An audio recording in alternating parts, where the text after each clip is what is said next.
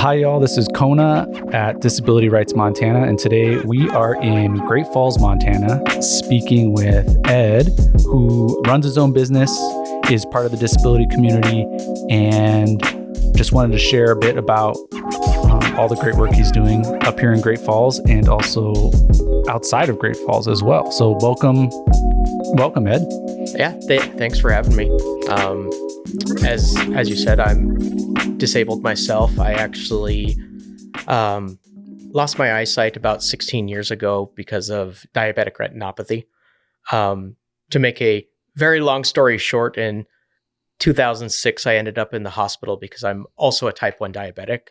A blood sugar for someone that's a non-diabetic, between 85 and 110-ish is 110-ish is considered to be normal. I ended up in the hospital with a blood sugar over 1400 because I couldn't afford my insulin because I was between positions at a job. I got promoted and I had a 6-month wait period before I could get on insurance. And I was rationing my insulin, so I ended up in the hospital. After about a week and a half in the hospital in ICU, I then had to go through roughly a year of physical therapy to relearn how to walk because of the nerve damage that I had between the brainstem and the spine. Every so often I'll stutter because of it, but for the most part, that's the side effect I have of being in the hospital and basically almost dying, because even on the way to the hospital, they had to restart my heart 3 times in the ambulance. Obviously, I don't remember any of this. This is what I've been told by family and friends and doctors over the years, is that I'm lucky to be here. And after I got done with all the physical therapy in 2007-ish, I then started to lose my eyesight in September of 2007.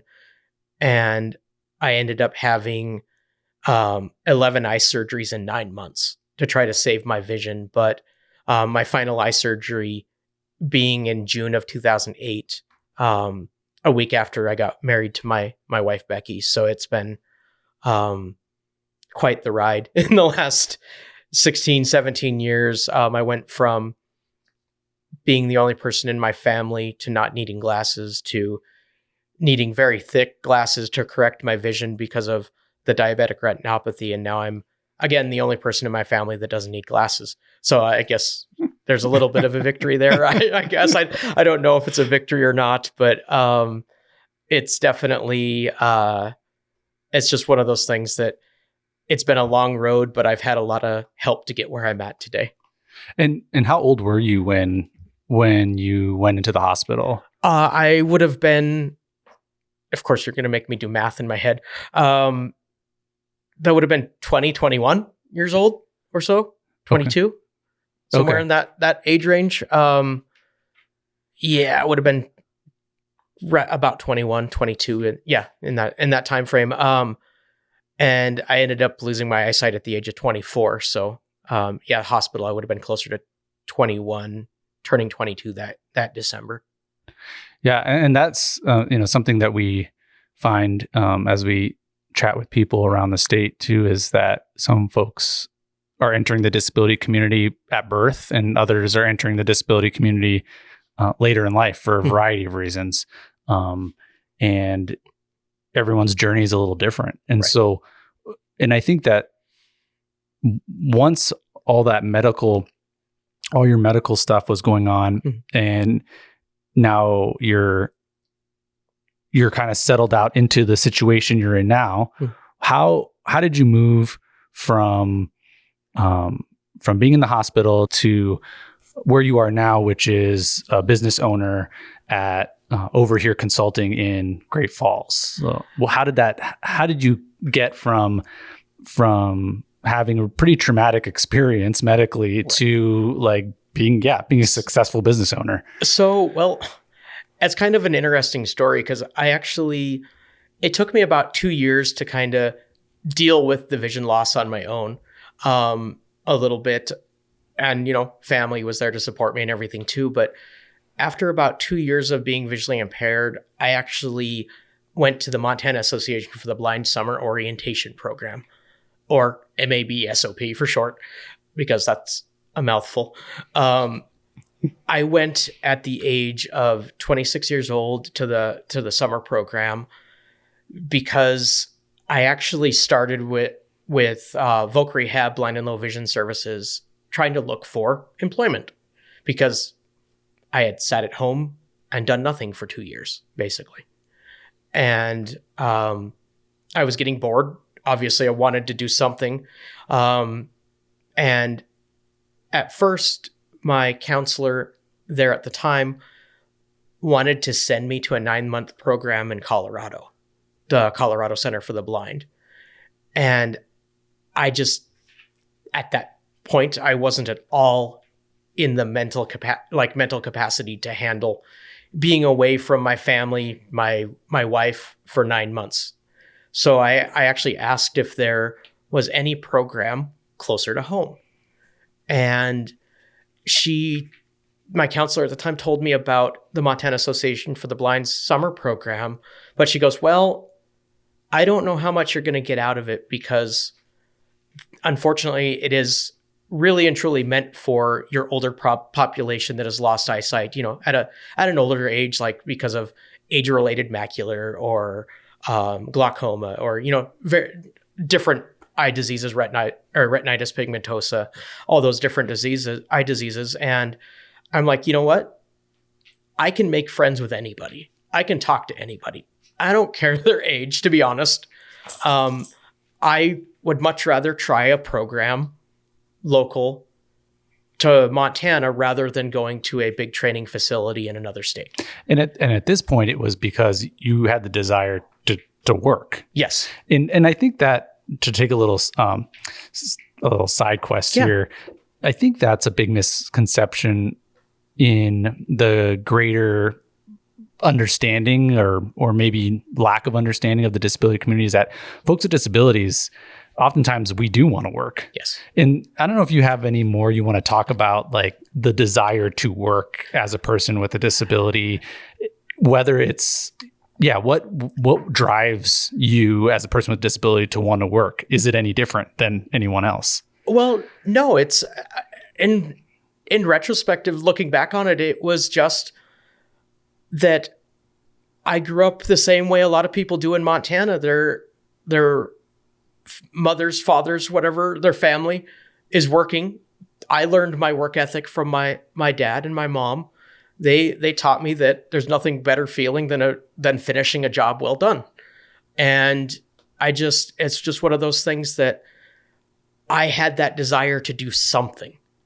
And like you'd said, I went back to Blind and Low Vision Services to work, and they wanted to put me in different positions. Like they wanted me to go do something potentially with Easter Seals Goodwill, or they wanted me to do massage therapy or something like that. And none of those jobs fit my interest or my skill set. I grew up in a household, my dad being a computer programmer. I grew up around technology my entire life.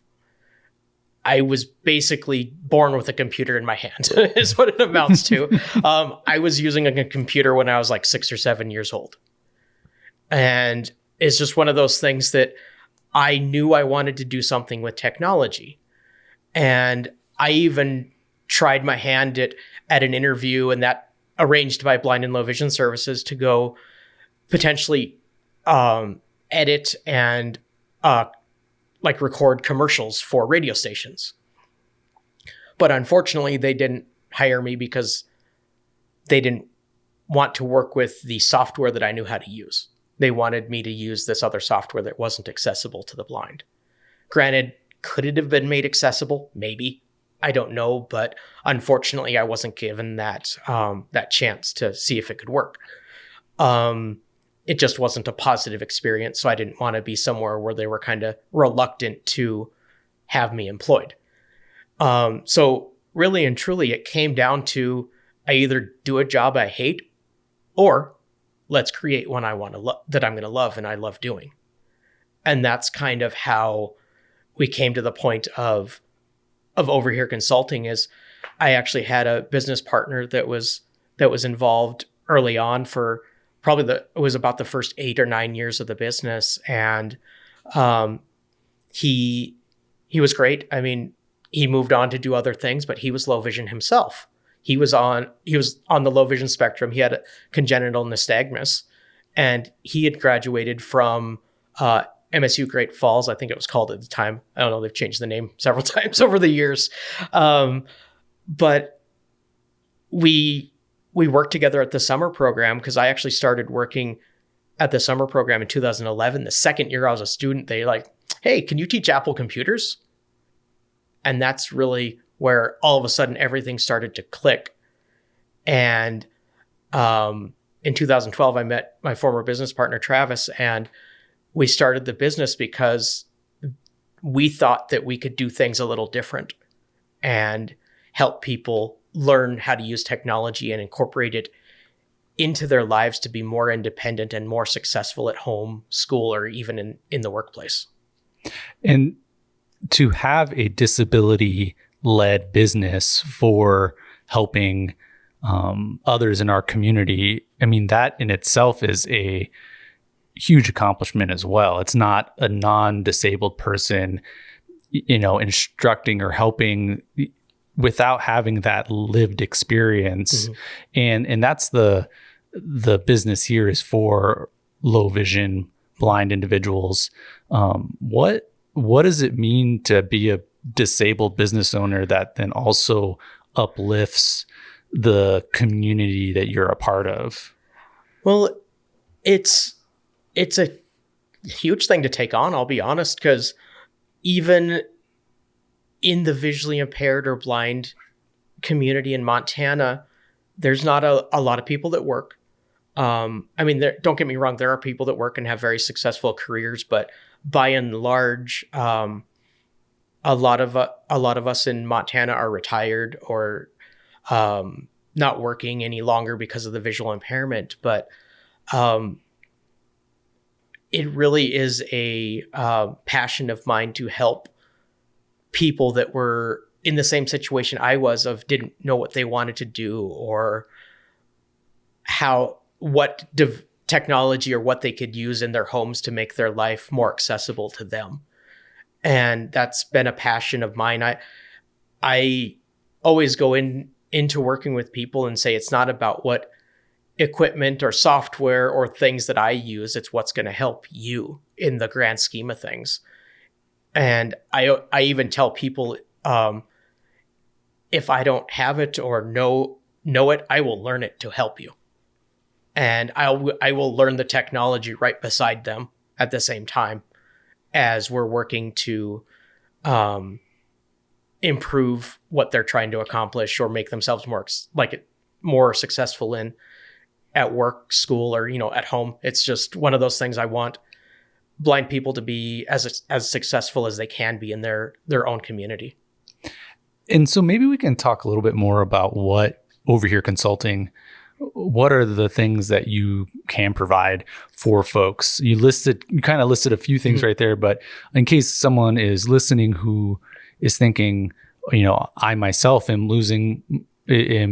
becoming part of the low vision community. And actually, this is a side quest too, maybe, is how would you describe, how does someone in the low vision or blind community describe becoming that? I had just said losing vision. Is that an acceptable way to describe that? Or would you use other words or other terms too? Well, losing vision is not technically wrong. I guess I'd just change the order of the words and say going through vision loss, and make it a person going through vision loss, put the person before the visual impairment, or person without sight. I kind of hate that term in itself, but it is more accurate of putting the person before the disability. And that's kind of my goal as being completely blind myself, and understanding that we just want to feel as normal as we can.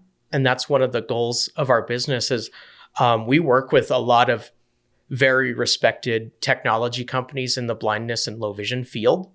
We work with Low Vision International, which does desktop magnifiers, handheld magnifiers, and even portable magnifiers for people with low vision.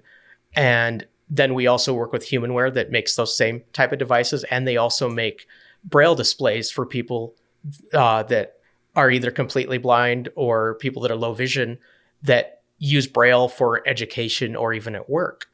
So in a sense, a lot of the equipment we sell or offer to the community is so that they can keep working or be successful in school, because there's nothing worse than a student, in my eyes, that is blind or low vision falling behind in school because they don't have the proper materials for them.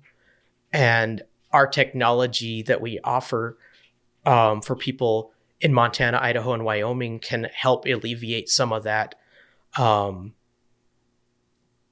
that risk of falling behind because they don't have the proper materials, because they might need a large print book or a Braille book or something like that. A lot of this technology kind of takes place of that and allows them to use standard materials in class, but use the technology to adapt it for them.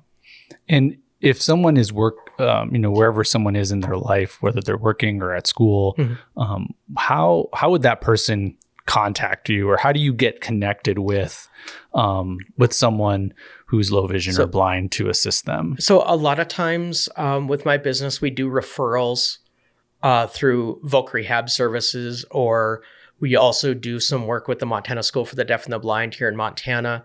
Also, we work with the VA, the VIS coordinator out of Fort Harrison. So any of those services can point you in our direction, or they can even contact us via our website, overhereconsulting.net. My cell phone, I mean, they can call me, and all my contact information's there on the website too. So it's really easy to get a hold of us, and I'm the one that answers the phone. So they're definitely going to be talking to me. So it's literally a 2-person shop here. My wife does all the bookkeeping, and I do all of the technical support, training, and even do all of our website and all of that stuff as well. That's awesome. And I think also what we were kind of talking about, and you showed me how it all works here in your office, is not necessarily, not work related for everyone, right? And maybe not school related for everyone. But I want to know if you could describe what we were just checking out, which is the PS5 over here, and how you engage in that as well. That's separate from work, and is more in the fun column and the relaxing column than the work column. Yeah. Oh, absolutely. So one of my big passions right now, it's semi work related, and that sounds funny to say, even when I say it out loud now. I actually get paid to work with a company that makes video games. I'm a consultant for Sony. I've been working with them and giving them feedback on making improvements to the PlayStation 5 gaming console, and making it more compatible with their screen reader and making it more accessible to people that are completely blind. So it's got a built-in screen reader that will actually read out all the game titles in the store, read out game titles on your home screen. And then there actually are roughly 12 different games on the PlayStation 5 right now that are completely accessible for blind gamers. And I've been doing most of my consulting and feedback on the console side and the operating system side on the console, because I come from the belief from an old school programmer that first you have to be able to get to the content before you can enjoy it. And that's a big part of it, is helping them make the main home screen and PlayStation Store and everything accessible to the blind, so that we can get to and play these games that have been made accessible by different development studios. and doing that independently, because once the interface is accessible, then you can access the accessible game. Yep. Oh yeah. There's plenty of game. Like I said, 12 games right now, and that's really those 12 games have come out in the last 2, maybe 3 years that are completely accessible. And maybe we were kind of laughing about this earlier, but the game that you're looking forward to playing, maybe I can't remember. Is it a PlayStation game or a different game that is? You wouldn't think of someone being able to play this game. Currently it's on Xbox, and my hope is the general direction Microsoft is going with their Xbox titles is bringing them over to PlayStation. So I'm hoping this game makes it over there in the future. No, and I'm not saying anything that I don't know, or I don't know if it's coming or not, but there's a racing game called Forza Motorsports that on the Xbox actually is 100% accessible to the blind. And it seems wild to think of a driving racing game accessible to the blind, and we can drive just like everybody else, but it's quite the interesting experience. It gives you a lot of audio cues for when you need to turn, brake, and even gives you haptic feedback in the controller on either side of the controller when you need to turn. And there's lots of settings. I think the first time I ever played the game, I spent 2 hours adjusting settings. And then I finally was able to race, and I was actually turning laps that were as fast as my wife did on the game. So it was kind of neat.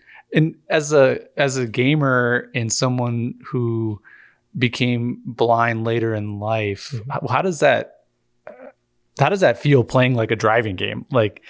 It was weird at first, to be honest, because it wasn't the conventional way I was used to playing games, because I've been playing video games and using computers and that as long as I can remember, to be honest. But it was definitely interesting at first. It was kind of annoying at first too, to be honest, because I was trying to play it like I did when I had sight. And then I had to just shut that part of my brain off, or try to. And this is games in general, just trying to play games in general. Yep. You tried to play it like you did before I had eyesight, and now I got to kind of try to shut that part of my brain off and just trust the stuff the developers have put in place to help guide me through the game.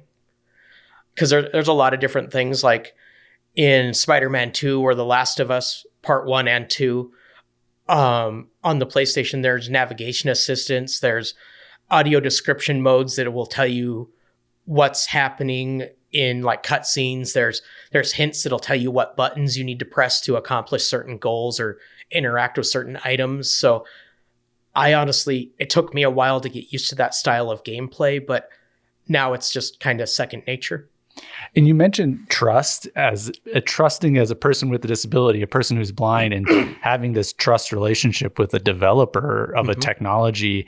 And it's just totally rad that you are consulting in and for the technology. So, if you're out there listening to this and you're low vision or blind, like, that trust isn't just with an able-bodied developer. I mean, I think that can't be overstated, that there are people with disabilities, and you're a great example of this, in working in a field that you want to work in, and providing incredibly powerful feedback and feed forward to new evolutions of what technology what we thought technology could do in this area of what we're talking about is gaming.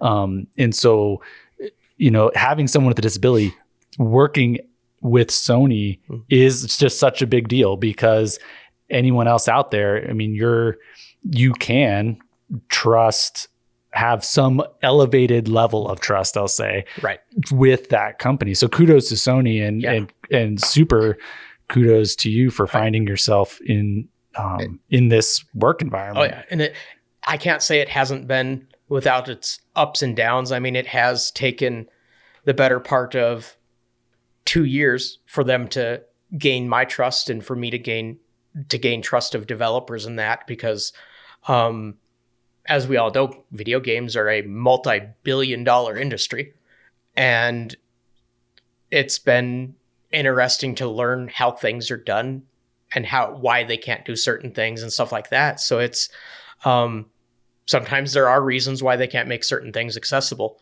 but for the most part, I've found that the developers that I've talked to are very engaging, and they want to learn how to make their games more inclusive and more accessible to a wider community.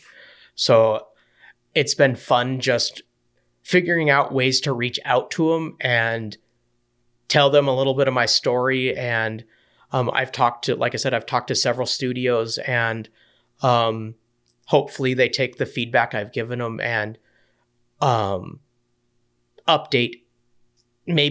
current games that are out. I don't know if that'll happen, but definitely use my feedback and suggestions going forward and make games more accessible to the blind.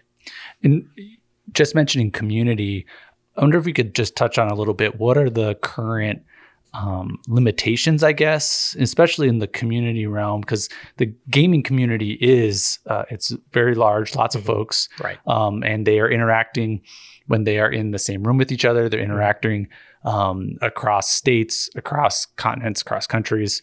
What are the current limitations of the gaming community for the disability community, and what is, where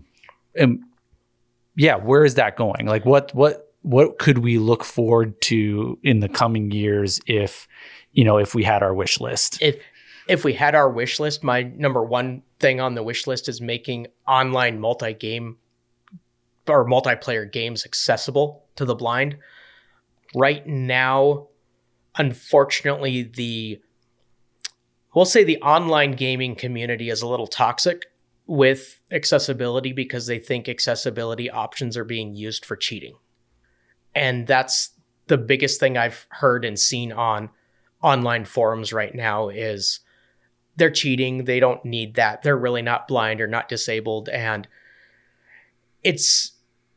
I can't say it's that they're necessarily intentionally being toxic, but they're not trusting that the person on the other end actually needs the accessibility tools. And that really comes into play in such games like Fortnite or things like that you could add features like auto aim assist and different functions to help people with disabilities to get between areas faster, or this, the list is endless. It's an endless list. And there are some individuals in that community that think it's all there to allow people to cheat so that they can beat them at the game. But in reality, most people don't even know accessibility options are in games, to be brutally honest. But I think, to me, my personal biggest wish list for an accessible game would actually be something like a platformer style game like Mario or Sonic or something that goes back to my childhood. To be honest, these big open world games are great, and the developers have done amazing jobs in making them accessible. But I really am more of a casual gamer, and I just want to pick up like MLB The Show or like a Major League Baseball game, or Sonic, where I can just play a level or two and then go about my business after I've done that for an hour. Mm-hmm. And what you were just describing in terms of the kind of that tension in the gaming community, I mean, it seems very similar to just accommodations anywhere, whether it's at work or at school. For a gaming community, it just seems as though there is always that conversation of, is it an unfair advantage, or is it a leveling the playing field? Right. A reasonable accommodation is the way I don't look at aim assistance as being a reasonable or as being unfair to someone that's completely blind, because my reaction time is going to be way slower than somebody that can see the enemy coming from, around the corner type of thing. I don't know they're there until it gives me the audio cue to shoot, or snaps to grid, or, whatever the tool might do. It's just one of those things that it's not an advantage to somebody that's completely blind. It might help us, but it's not going to make us necessarily a better gamer. because it still boils down to knowing the environment on the game and things like that, of which it does take us longer to learn that stuff as well. So if I jumped into a massive online like shoot 'em up type game like Fortnite or one of those, I would be at a severe disadvantage because I don't know the environment. But I'd have these tools that could potentially help me out, like navigation assistance or snap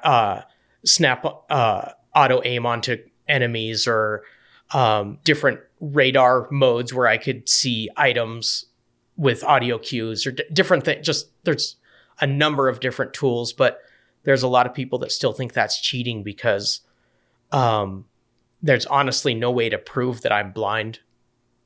Not that I need to prove that I'm blind, but there's just no way to prove that you need those tools to make yourself better. People will just automatically assume you're cheating. And like you said, that unfortunately is not just a gaming problem. That's kind of everywhere in education, work, you name it. So this conversation has been great. I think that if folks want to contact you, Ed, at Over Here Consulting for any variety of things, please do. I'll make sure to include all your contact info in the description. Yeah. And as a person, as part of the disability community, what do you think the world needs to know right now about the disability community? I honestly think and I'm going to speak from the blindness aspect of it, is people that are visually impaired, we're just simply visually impaired, whether that's low vision or blind or anything like that. We can do the same things the sighted community can, but in a slightly different way. It might take us longer, but we can get to the same outcome. We're not unable to work in a normal environment. We're not unable to go to a normal school. We're not unable to start our own business, run our own business. We're just like everybody else, and I even feel like that applies for most of your disabilities too. We just want to be included in the normal, everyday community and not have the regular community focus on our disability, because our disability honestly is not what defines us. It's people don't take the time to learn who somebody with a disability is. They just look at their disability and say, oh, well, they can't do that, or that's who they are. I'm Ed, and I happen to be blind. I'm not blind and my name is Ed. I'm Ed. I just happen to be blind, and I can do everything that anybody else can except for maybe drive, but that's a whole nother story of mine, or rant of mine. But I think that's the biggest thing, is treat us like we're a normal part of society. Thanks for being here. Thanks for inviting me over to your office. And to everyone listening, keep asking those tough questions. Keep looking for honest information, and let's keep this conversation going. Thanks for being here, Ed. Yeah, thank you.